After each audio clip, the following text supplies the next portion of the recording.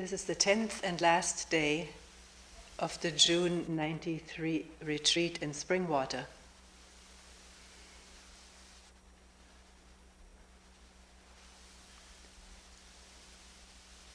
I've received an amazing number of questions why I dropped Wang Po recently, and requests to reinstate him. So here he is, in his full glory. A few excerpts at least. The Zen teaching of Wang Po, translated by John Blofeld. The selections have been edited in that words have been eliminated, or sentences.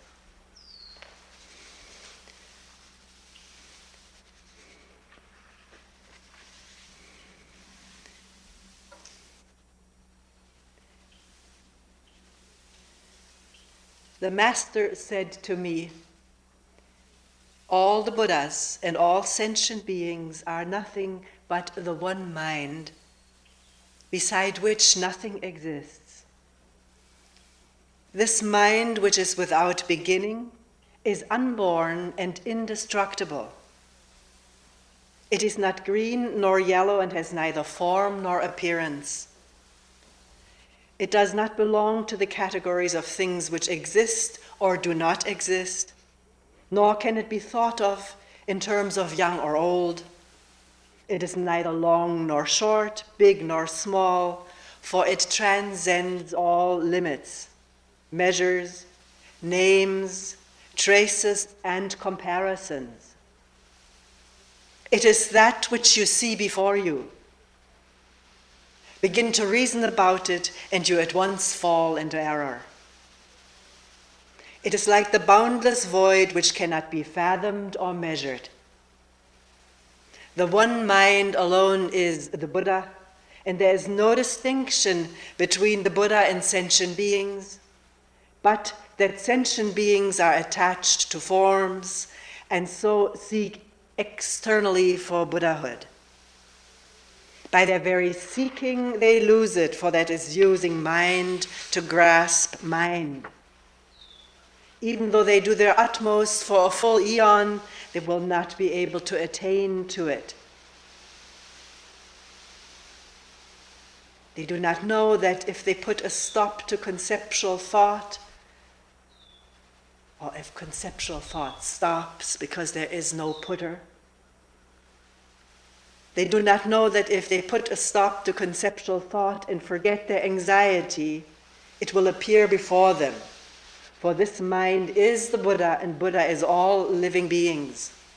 It is not the less for being manifested in ordinary beings, nor is it greater for being manifested in the Buddhas. Our original nature is in highest truth devoid of any atom of objectivity. It is void, omnipresent, silent, pure. It is glorious and mysterious, peaceful joy. And that is all. Enter deeply into it by awakening to it yourself. That which is before you is it in all its fullness, utterly complete.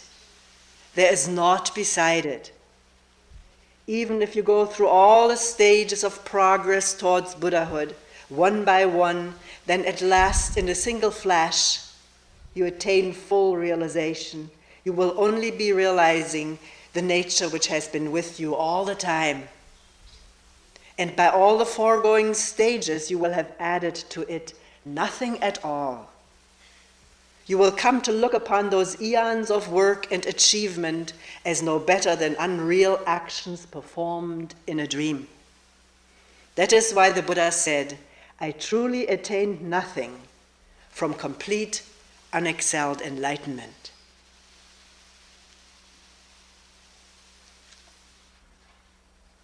And here, the dialogue between disciple and teacher and Wang Po. Questioner, what is the way and how must it be followed? took place about 1,000 years ago. What is the way and how must it be followed?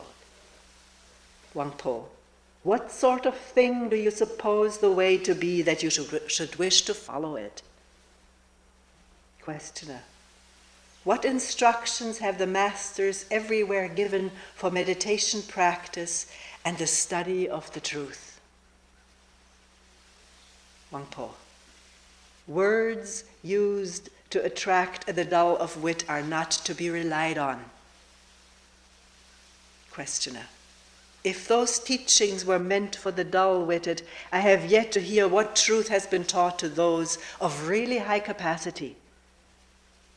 Wang Po, if there are really people of high capacity, where could they find people to follow? If they seek from within themselves, they will find nothing tangible. How much less can they find a teaching worthy of their attention elsewhere? Do not look to what is called the true teaching by preachers, for what sort of true teaching could that be? Questioner, if that is so, should we not seek for anything at all? Wang Po, by conceding this, you would save yourself a lot of mental effort. Questioner, but in this way, everything would be eliminated. There cannot just be nothing. Wang Po, who called it nothing? Who was this fellow? But you wanted to seek for something. Questioner, since there's no need to seek, why do you also say that not everything is eliminated? Wang Po, not to seek is to rest tranquil. Who told you to eliminate anything? Look at the void in front of your eyes, or you could say, look at the fullness in front of your eyes. What's there? How can you produce it or eliminate it?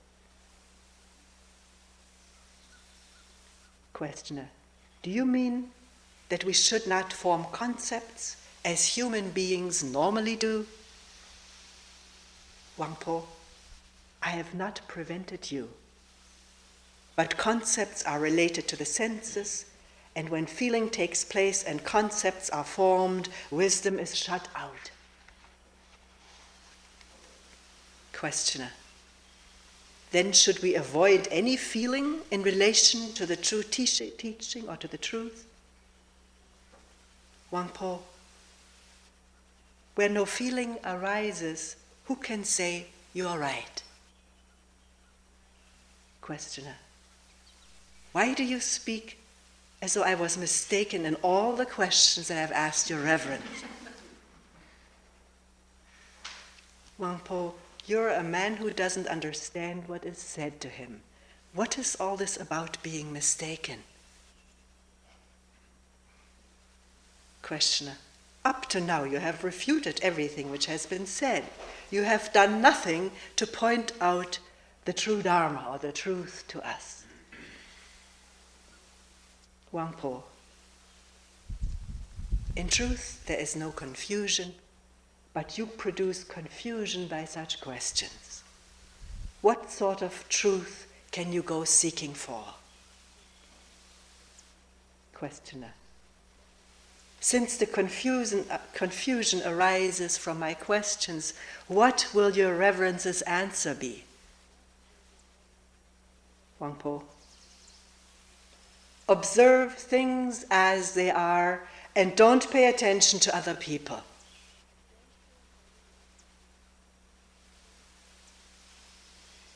Probably here meaning trying to tell you what the truth is.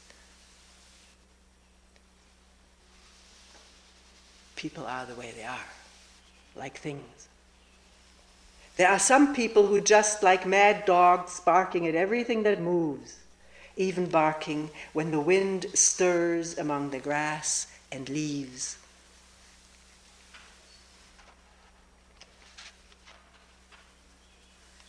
What is called supreme perfect wisdom implies that there is really nothing whatever to be attained. If you are able to understand this, you will realize that the way of the Buddhas and the way of the devils are equally wide of the mark. The original, pure, glistening universe is neither square nor round, big nor small. It is without any such distinctions as long or short. It is beyond attachment and activity, ignorance and enlightenment. You must see clearly that there is really nothing at all. The great chillicosms, numberless as grains of sand, are merely bubbles. All wisdom and all holiness are but streaks of lightning. None of them have the reality of mind.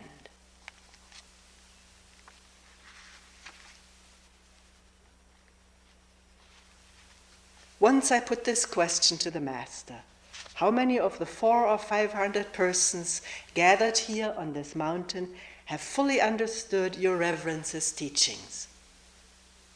The Master answered, their number cannot be known. Why? Because this way is through mind awakening. How can it be conveyed in words? Speech only produces some effect when it falls on the uninstructed ears of children.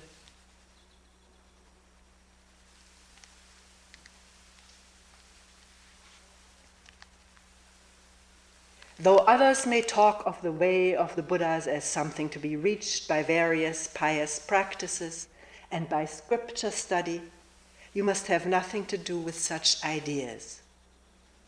A perception, sudden as blinking, that subject and object are one, will lead to a deeply mysterious, wordless understanding. And by this understanding will you awake to the truth. When you happen upon someone who has no understanding, you must claim to know nothing. He may be delighted by his discovery of some way to enlightenment, yet if you allow yourselves to be persuaded by him, you will experience no delight at all, but suffer both sorrow and disappointment. Even if you do obtain from him some trifling method, it will only be a thought-constructed thing having nothing to do with truth. Truth is something never lost, even in moments of delusion, nor is it gained at the moment of enlightenment. It depends on nothing and is attached to nothing. It is all-pervading, spotless beauty. It is the self-existent and uncreated absolute. Ah, it is a jewel beyond all price.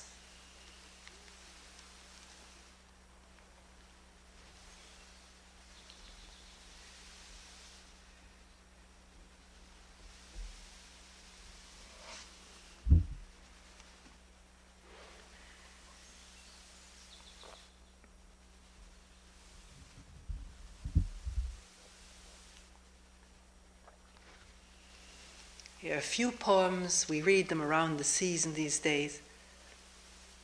Yesterday, summer started, so we can get into the summer poems. One Robe, One Bowl by Ryokan, translated by John Stevens. Ryokan was born 1758, was a recluse monk.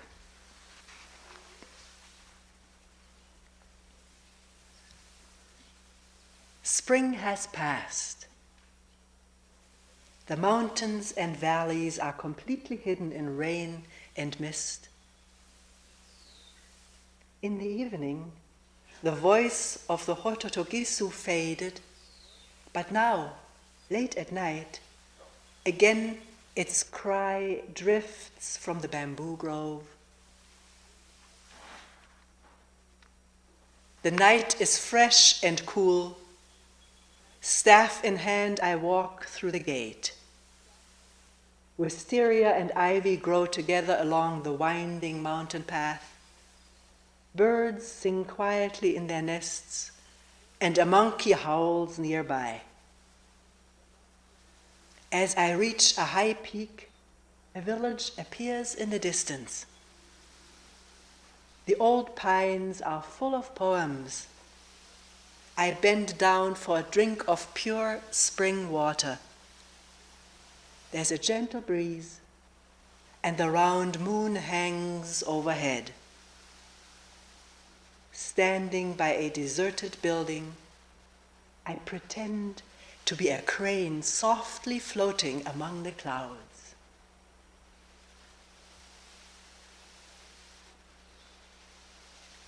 Today's begging is finished.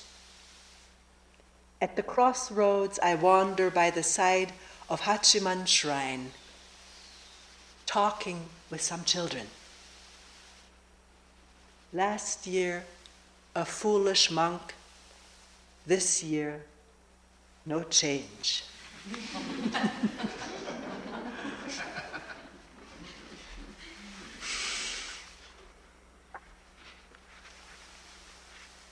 In the distance, frogs croak in the mountain rice fields, the evening's single song.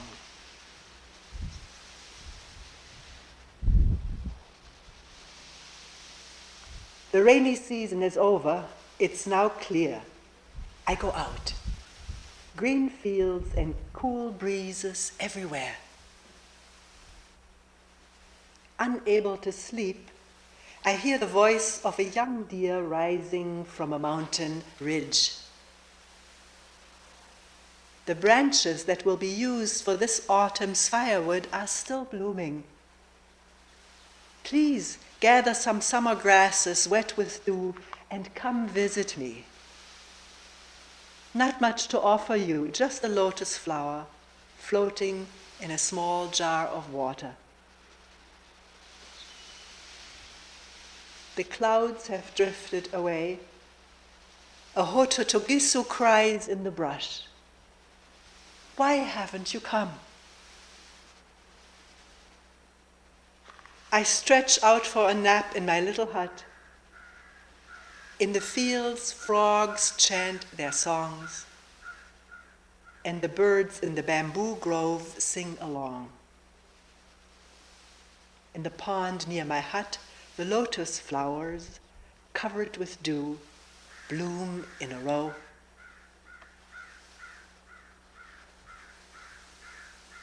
The bamboo grove in front of my hut, every day I see it 1,000 times, yet never tire of it. Back and forth all day, the bent old man carries water for the parched rice seedlings. I seem to hear your voice in the song of the hototogisu. In the mountains, another day passes. The willows are fully in bloom. I want to pile up the blossoms like mountain snow. My hermitage lies in a forest. All around me, everything is thick and green.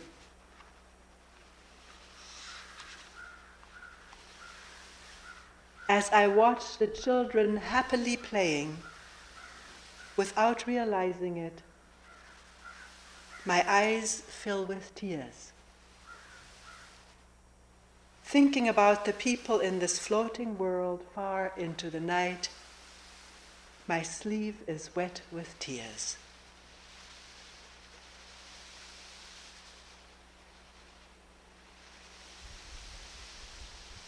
The thief left it behind, the moon at the window.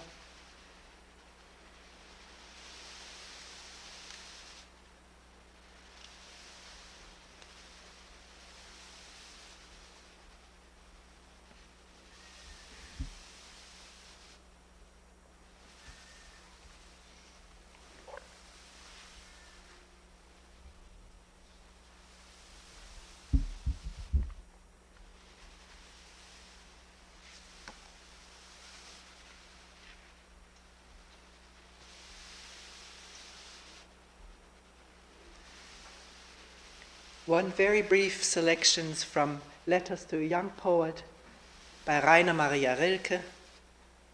This one was written in 1904.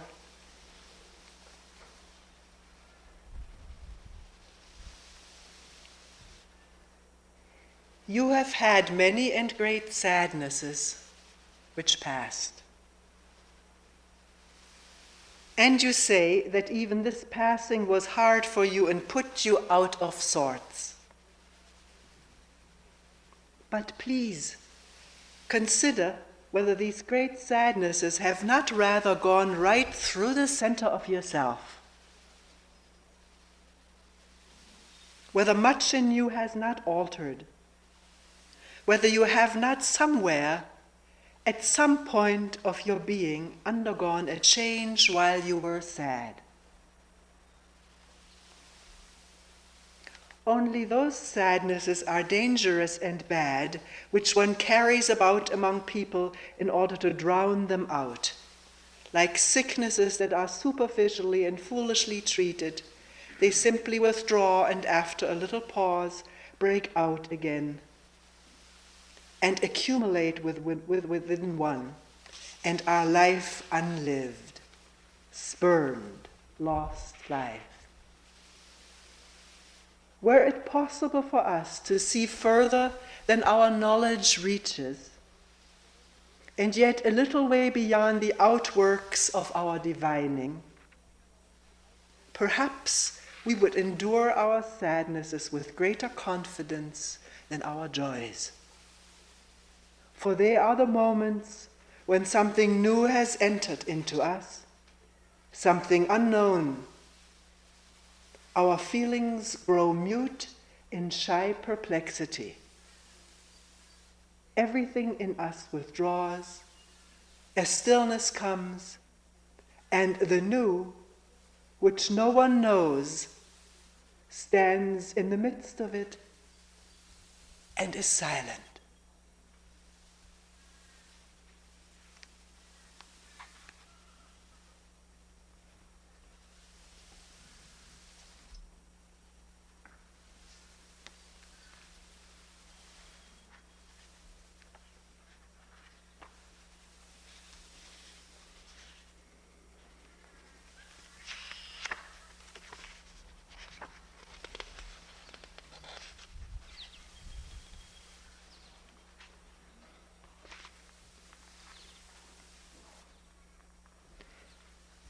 I'll read a small selection from a compilation made for the annual gathering 1990 of the Krishnamurti Foundation, India.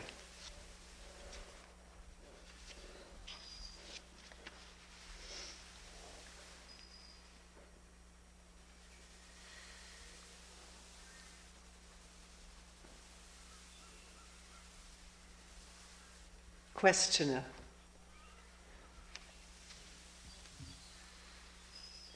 What is this self-knowledge of which you speak, and how can I acquire it? Krishnamurti. You have extraordinary ideas about self-knowledge, that to have self-knowledge you must practice, you must meditate, you must do all kinds of things. It is very simple, sir. The first step is the last step in self-knowledge. The beginning is the end. The first step is what matters, because self-knowledge is not something you can learn from another. No one can teach you self-knowledge. You have to find out for yourself.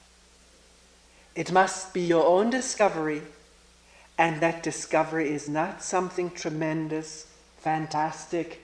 It is very simple.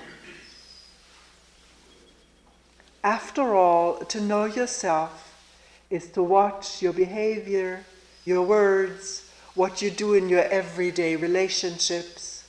That is all. Begin with that and you will see how extraordinarily difficult it is to be aware. Just to watch the manner of your behavior, the words you use to your servant, to your boss, the attitude you have with regard to people, to ideas, and to things. Just watch your thoughts, your motives in the mirror of relationship. And you will see that the moment you watch, you want to correct. You say, this is good, that is bad, I must do this and not that.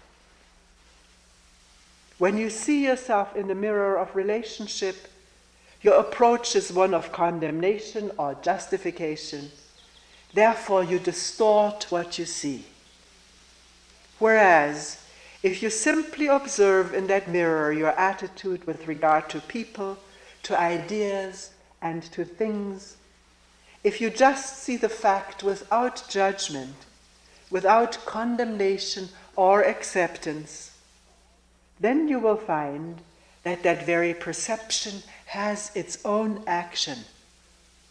That is the beginning of self-knowledge.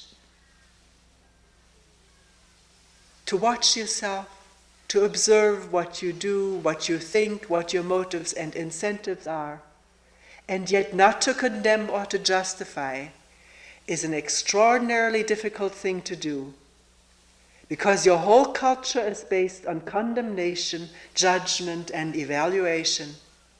You have been brought up on do this and don't do that. But if you can look in the mirror of relationship without creating the opposite, then you will find that there is no end to self-knowledge. You see, the inquiry into self-knowledge is an outward movement which later turns inward. First we look at the stars, and then we look within ourselves. In the same way, we look for reality, for God, for security, happiness in the objective world. And when it is not found there, we turn inward. This search for the inner God, the higher self, or what you will, completely ceases through self-knowledge. And then the mind becomes very quiet, not through discipline, but just through understanding, through watching, through being aware of itself without choice. Don't say, I must be aware every minute, because that is just another manifestation of our foolishness when we want to get somewhere, when we want to arrive at a particular state. What matters is to be aware of yourself and to keep on being aware without accumulating, because the moment you accumulate, from that center you judge. Self-knowledge is not a process of accumulation. It is a process of discovery from moment to moment in relationship. Bombay, 1955.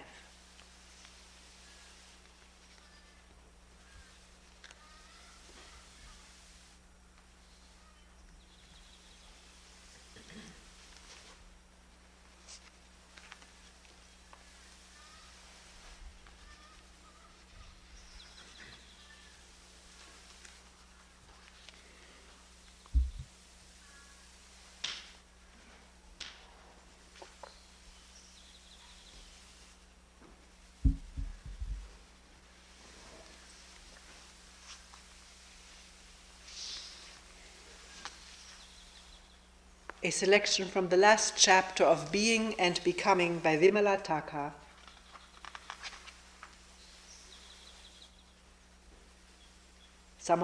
From dialogues which took place at Dalhousie during the summer of '89, India. We are talking about an alternative way of living, which is a meditative way of living. Acquire knowledge, let it flow through you, let it be utilized in its relevant field without creating a knower. Structures are not sacred. It is only life that is sacred. Patterns have no sacredness, whether you create them in the name of religion, spirituality, or politics. It is the pattern-free, structure-free, virgin dynamism of life that is sacred, that is divine. Wherever you have touched it with thought, You have manipulated it, you have structured it. It has a utility, but not sanctity. It has a utility, but no authority. An alternative way of living is feeding the brain and the system with all the knowledge, the techniques, without getting identified with it. It is only identification with the knowledge that creates an illusion of the knower. Me knowing all that, and then me becoming all important as the knower. It is the creation of a knower that builds up your bondage. Knowledge itself has no power to bind you. It is the creation of the knower that is the obstacle. You have a beautiful, sensitive body, and the sensitivity gets in touch with its respective objects outside, and they bring sensations. Sensations are converted into electric impulses, and the brain interprets them. It is a marvelous process of what you call experiencing. Contact with the outside world through the senses, which are very delicate, very tender. It is quite hard and arduous work to keep your sensual system pure, healthy, supple, and elastic. Let the experiences flow through the sensual system. Nothing wrong in a sensual, sexual experience, but you create an experiencer and you get stuck in the experience and its likes and its dislikes, its value structures, its preferences, its prejudices, its theories. If the sensual contact with objects is allowed to flow through you without creating an experiencer, then the limited human-made world cannot corrupt you. As the oneness of life manifesting itself into manyness does not get corrupted, I will repeat this, as the oneness of life manifesting into manyness does not get corrupted, does not lose its vitality, knowledge and you appear as individual playing the role of a father, a brother, a mother, a sister, a child. You are one appearing as many. There is no identification with the fatherness, the sonness, the daughterness, sisterness, and you don't tie so many knots inside, but play the roles sanely, completely, with the magnificence of an inner equipoise. Then you're appearing as many, functioning as many. You're acquiring the knowledge of structures, and handling of structures shall not corrupt you. In the human-made world, one has to learn to let the knowledge flow without creating a knower, and let the experiences take place without creating an experiencer. That is the way of meditative living.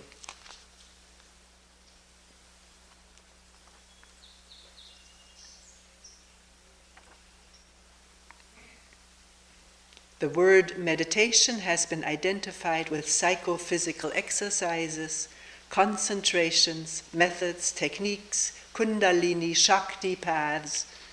The word has been abused and misused in such ways. No authority and no effort. Freedom from authority and freedom from the struggle of efforts. Once you know that these human-made enclosures are only to be lived in, then the sense of comparing yourself with others, he has a palace and I only have a hut, he has millions and I only have hundreds.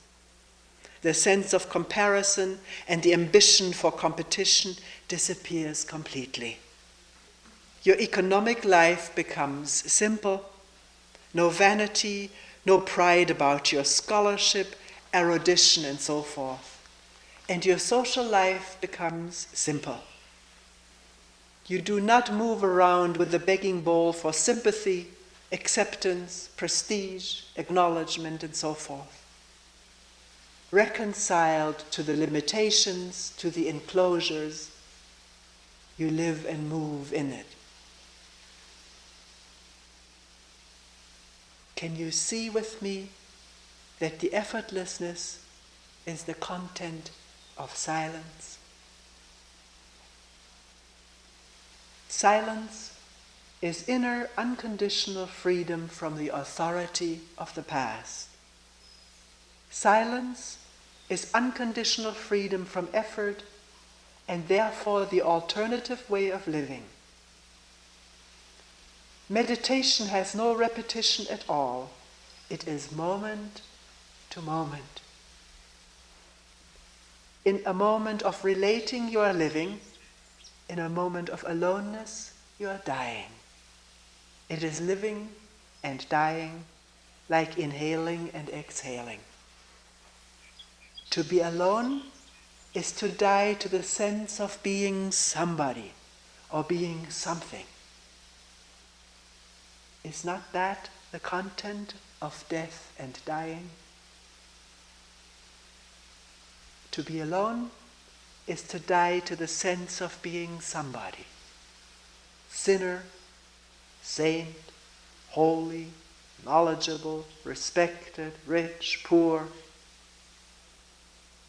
To be alone is to die to being something according to the definition of society, according to the value structure of religions.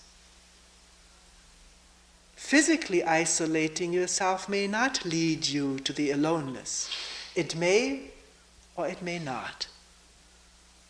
That is what we are afraid of, dying to the sense of being somebody. Dying to all the images that you have built up about yourself is being alone. The way we are tackling the theme may be unusual, unheard of to many. It is a non-conventional way, a non-traditional approach. But I am really grateful that life brings you and me together.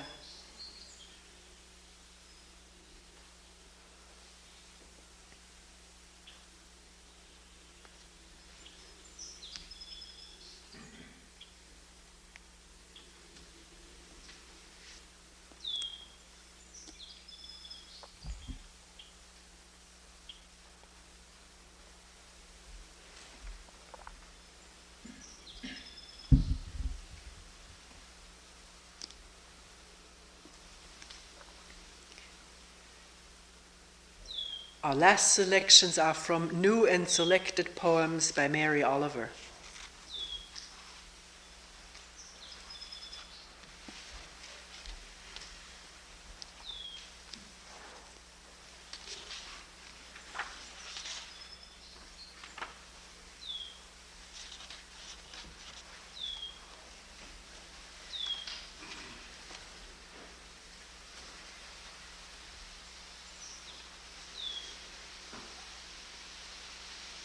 When death comes.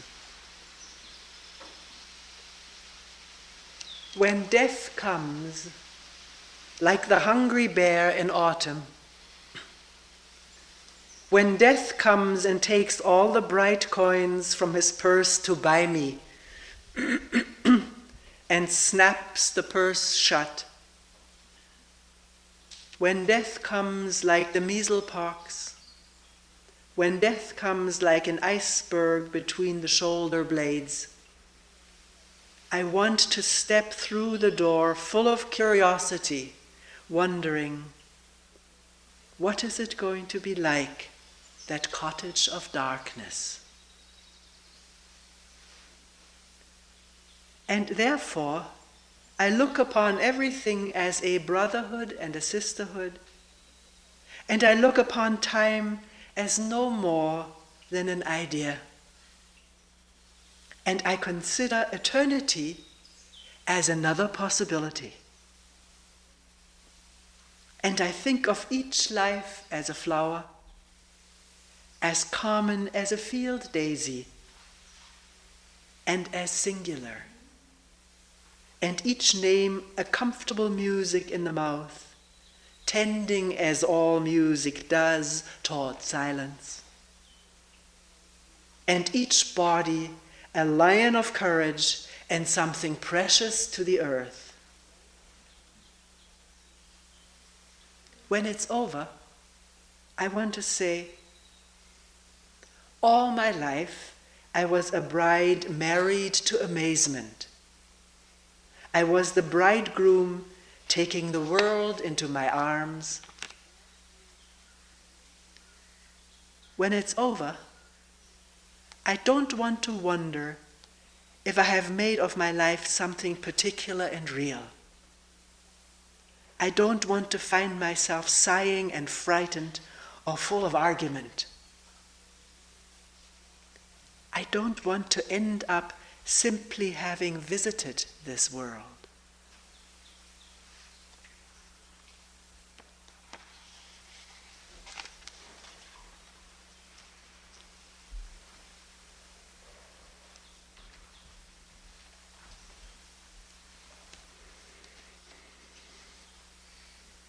Alligator poem. I knelt down at the edge of the water, and if the white birds standing in the tops of the trees whistled any warning, I didn't understand.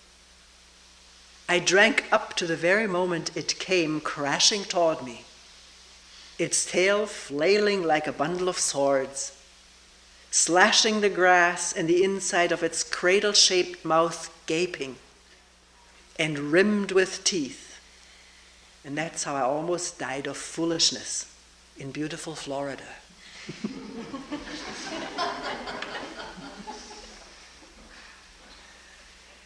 But I didn't.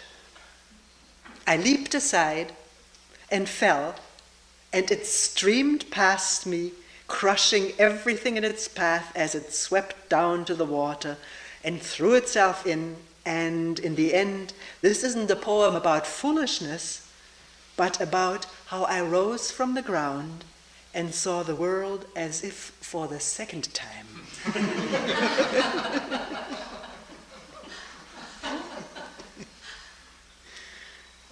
The way it really is. The water, that circle of shattered glass, healed itself with a slow whisper and lay back with the backlit light of polished steel. And the birds in the endless waterfalls of the trees shook open the snowy pleats of their wings and drifted away, while for a keepsake and to steady myself, I reached out. I picked the wild flowers from the grass around me, blue stars and blood-red trumpets on long green stems. For hours in my trembling hands, they glittered like fire.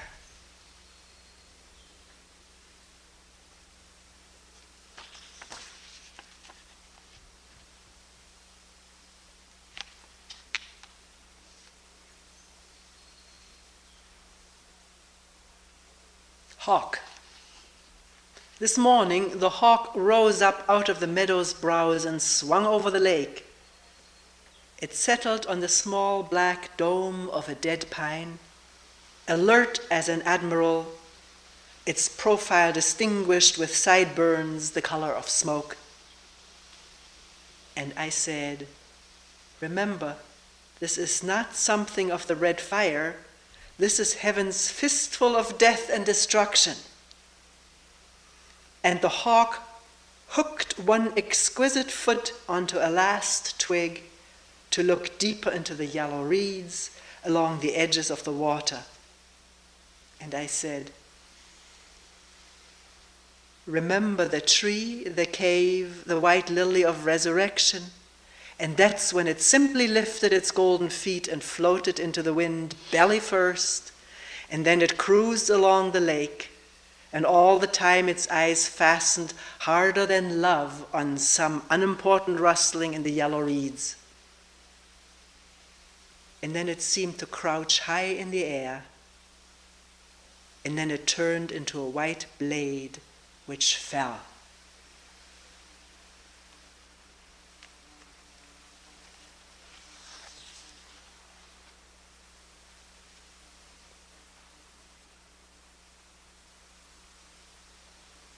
Moccasin flowers.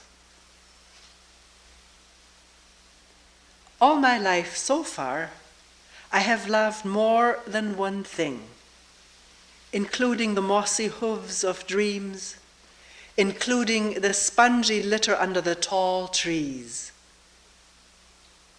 In spring, the moccasin flowers reach for the crackling lick of the sun and burn down.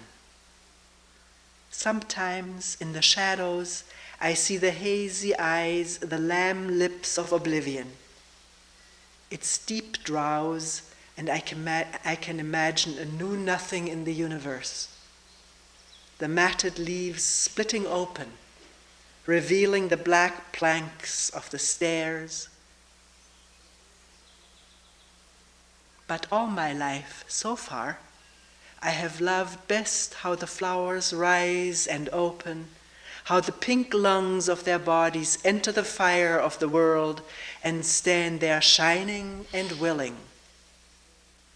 The one thing they can do before they shuffle forward onto the floor of darkness, they become the trees.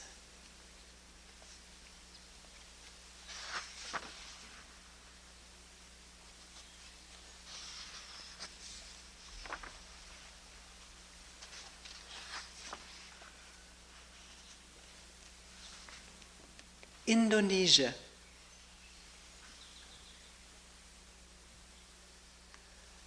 On the curving, dusty roads we drove through the plantations, where the pickers balanced on the hot hillsides. Then we climbed toward the green trees, toward the white scarves of the clouds, to the inn that is never closed in this island of fairest weather. The sun hung like a stone, time dripped away like a steaming river, and from somewhere a dry tongue lashed out its single motto, now and forever. And the pickers balanced on the hot hillsides like gray and blue blossoms, wrapped in their heavy layers of clothes against the whips of branches. In that world of leaves, no poor man with a brown face and an empty sack has ever picked his way out of. At the inn, we stepped from the car to the garden, where tea was brought to us scalding in white cups from the fire. Don't ask if it was the fire of honey or the fire of death. Don't ask if we were determined to live at last with merciful hearts. We sat among the unforgettable flowers. We let the white cups cool before we raised them to our lips.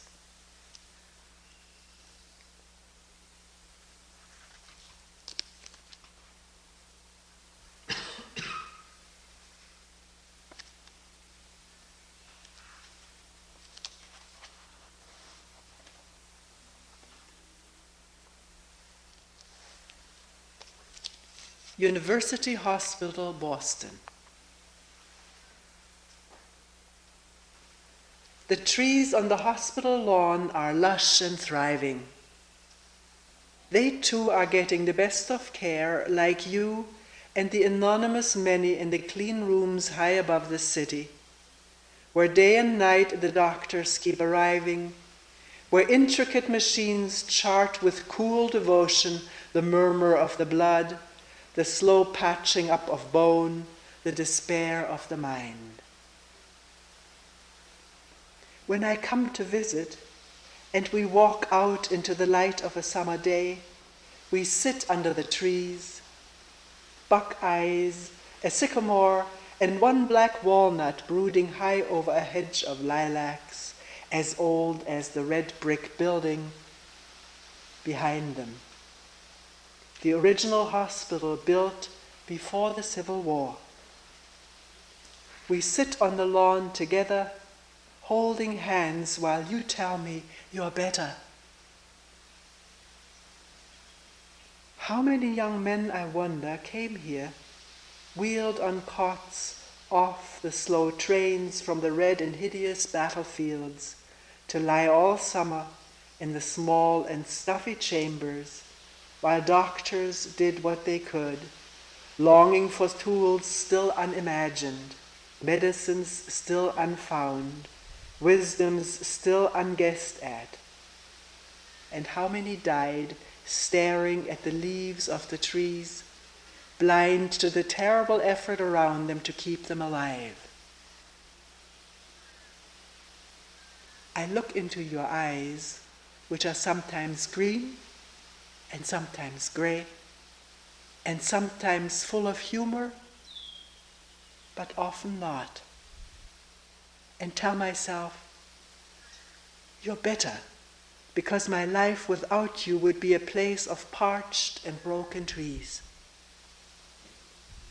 Later, walking the corridors down to the street, I turn and step inside an empty room. Yesterday, someone was here with a gasping face. Now the bed is made all new. The machines have been rolled away. The silence continues deep and neutral as I stand there loving you.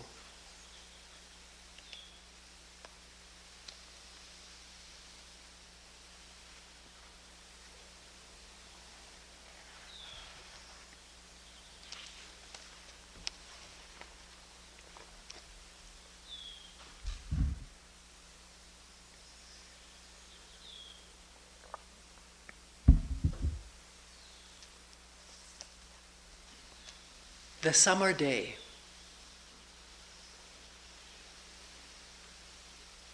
Who made the world? Who made the swan, the black bear? Who made the grasshopper? This grasshopper, I mean.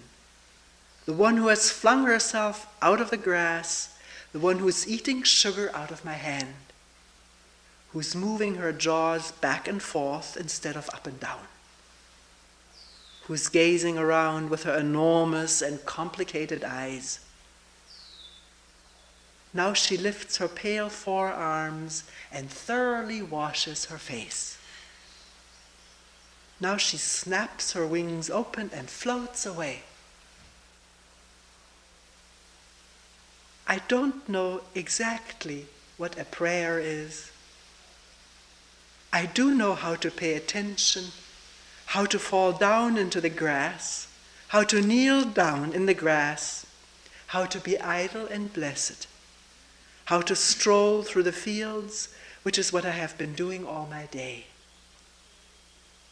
Tell me, what else should I have done? Doesn't everything die at last? And too soon?